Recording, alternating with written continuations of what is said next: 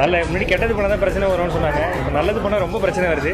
நம்மளை பற்றி பேசி தப்பாக பேசி அதில் ஒரு யூடியூப்பில் போட்டு காசு வருதுன்னா நம்ம இதுக்கு அது மூலிமா அவங்க சந்தோஷமாக இருந்தால் நமக்கு சந்தோஷம் தான். ஸோ நான் தெளிவாக இருக்கிறேன். நான் எவ்வளோ கஷ்டப்பட்டு உழைக்கிறேன், எவ்வளோ ஓடுறேன், உன் பின்னாடி யார் இருக்கா, உனக்கு எவ்வளோ ஃபண்டு வருது.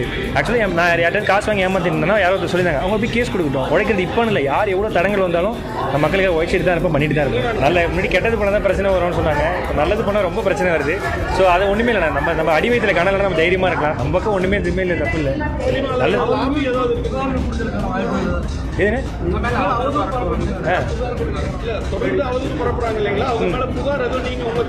இல்லைண்ணே, ஆக்சுவலா நம்மளை பற்றி பேசி தப்பாக பேசி அதில் ஒரு யூடியூப்பில் போட்டு காசு வருதுன்னா நம்ம இதுக்கு அது மூலிமா அவங்க சந்தோஷமாக இருந்தால் நமக்கு சந்தோஷம் தான். எப்படி சொல்கிறது, நம்ம பக்கம் எல்லாமே கரெக்டாக இருக்குது. நம்ம யாரும் மக்களுக்கு தெரியும்.